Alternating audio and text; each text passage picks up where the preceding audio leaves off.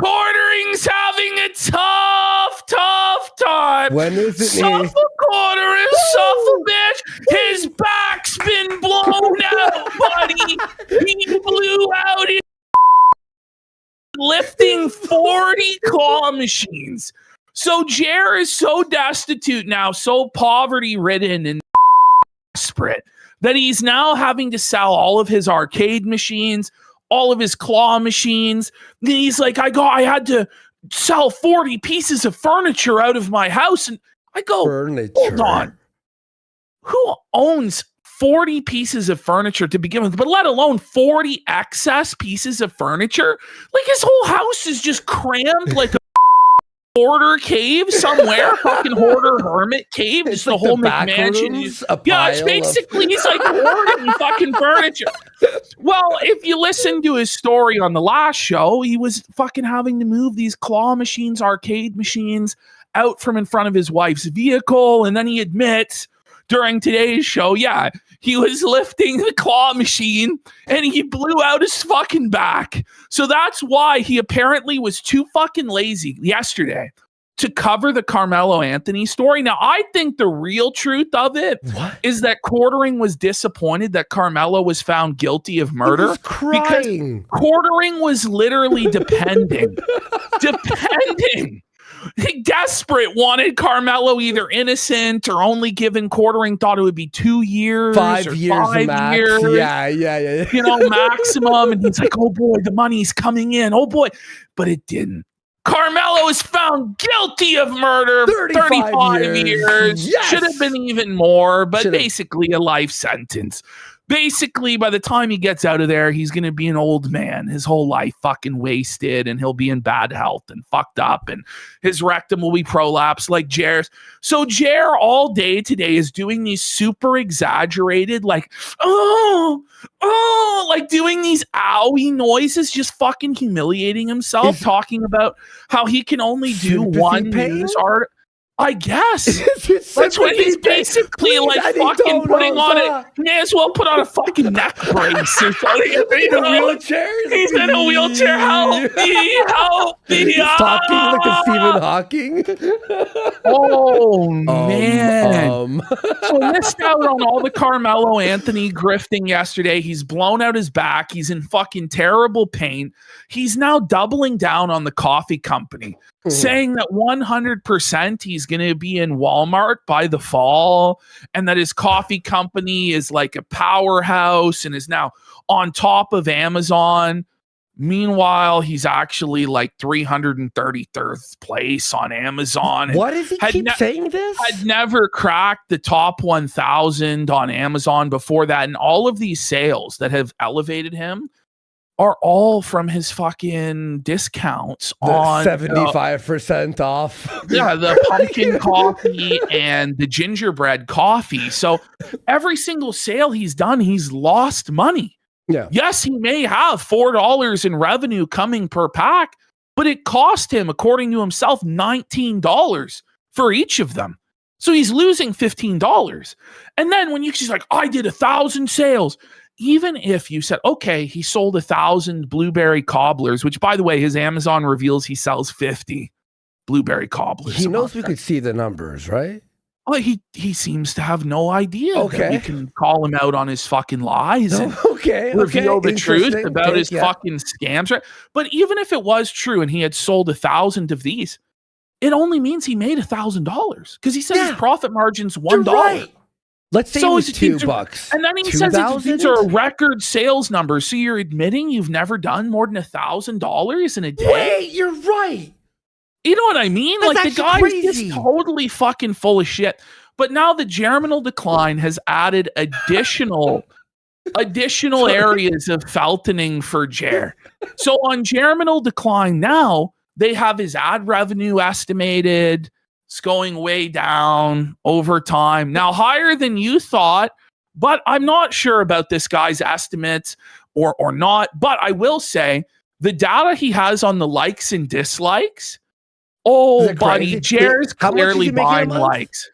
He's making about $9,000 according to across all of his channels. Okay, across everything.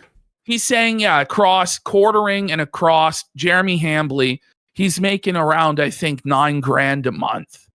Listen, it's hard to provide a precise estimate because it varies, right? It varies depending on. If his mortgage is $10,000. That's what I'm saying. He's barely fucking making his mortgage, and that's really his only viable source of revenue, and it's collapsing over time. But this idea that people had where it was millions of dollars a month he's making, and he's a king, and this and that, it's not really. He's barely able to afford the lifestyle that he has, and truthfully, he can't afford the lifestyle that he has. If he just bought a smaller house and sold his house, he already had the smaller house fully paid off. Beautifully, $9,000 a month. But this is the problem is now, I don't think he can sell his house that he has now for what he paid. Because he paid way too much for this fucking house, man. He paid during the peak of COVID. Well, that's the thing. Like the building materials and stuff, he's $2 million in the hole on this property in a not very desirable rural Wisconsin area out in the middle of fucking nowhere. I think he'll struggle to sell that house and downsize, but it's inevitable because he's in a germinal decline. Not only that, we have his steak scam exposed. Luther Morgan did a deep dive into the Chicago steak company. Were we right? It turns out, of course, it's massively overpriced. It made no sense, the prices we were looking at. But it turns out these are hospital steaks. These are the steaks they give out. Their biggest clients are nursing homes and hospitals. And they have a bunch of fake quotations from publications on the website that never even existed, and fake user reviews. Even crazier than what we thought. So now it's amazing, though, is every one of Jer's sponsors now gets audited by Luther Morgan. Online detectives who are just like, holy buddy, figure it out. That's so funny. I love Luther. Good job, Luther. So it's gonna be fucking Keno. Of course, Quartering's comment section, total fucking war zone. Total it's the funniest part. Funniest Quartering, dude, it was fucking crazy. What happened? Quartering finally learned how to put music in during the dead air. And immediately used it as an excuse to do like a 15-minute dead air interlude. Yo, that's not what we meant, Quartering. Quartering just decided that he was going to build the show while he was on the air. So he starts playing his indie rock music. And he's clicking away.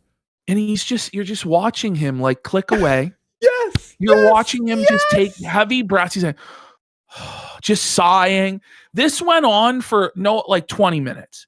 Okay. And I had to edit it down, but it was insane. What was chat like? Like 5 different songs played in their entirety, 5 or 6 different songs. Everybody in chat was just freaking the fuck out, losing their minds. Everyone getting banned. It was terrible, bro. Always to play music. We meant when you went to take a piss or grab a drink, not to take a break, to do show prep. I know. That's unbelievable. I can't wait. I'm so excited. It was just insane. It was insane. This is what I live for. This is what I wake up for. Got all the flubs, all the flops, all of his misspeaking. It's all in there. It's actually a really good Jer segment today. Very fun. Brutal expose on Jer. We got DSP now confirmed to have spent thousands of dollars on the Pokemon cards. Oh no! By his own admission, now I think upwards of $2,500. No, plus, wait, what? In a month? Yeah, because he's bought like 4 cases at over $400 of fucking pop. 4 or 5 boxes, and then he's bought all these binders and protectors. I hope you have 5 Mega Greninjas, buddy. Well, he hasn't centered. He goes over all of it, and he's like got maybe $400 worth of pulls. Not even. He's got outside of that Greninja, I think he has under $50 worth of cards. And so he's approaching $3,000 in the hole. We saw the Mega Greninja was not centered, by the way, so it's not a 10. Don't trust Denty Duty's math here, but Duty is saying that Phil is now $133 in the hole per stream on these Pokemon cards before he even begins. Because all of these boxes, he's only managed to get 17 streams out. But I don't fucking know. I think Duty might just be retarded, to be honest. Because we said $1,600 if he opens every pack on stream. But he's bought 3 boxes off stream. The thing is, that's already, but this already his own support. Like, it's eating into his own support because it's not. It doesn't matter. It's not like additional 150. Yeah. You know what I mean? Like, he's not actually getting 300, 400, except for that one time where he got like $600 to open packs. Yeah. It's not like that. This is basically to confirm he'll hit the 150. It's not like I 300. Think the problem is that he's opening a bunch of this stuff off stream. Yeah. And it's going to start costing him thousands and thousands and thousands. He doesn't understand, like, his addiction. This will be the downfall of him. This is the unraveling. Man, it's crazy. This is bankruptcy arc 2, and his Castlevania Symphony of the Night playthrough, not getting any support at all. Like, he was threatening to wage quit it, and then somebody just said to him, just play the fucking game and who cares? And he's like, you know what? You're right. I'm gonna finish this game because it's an important game. And it's like, really, Phil?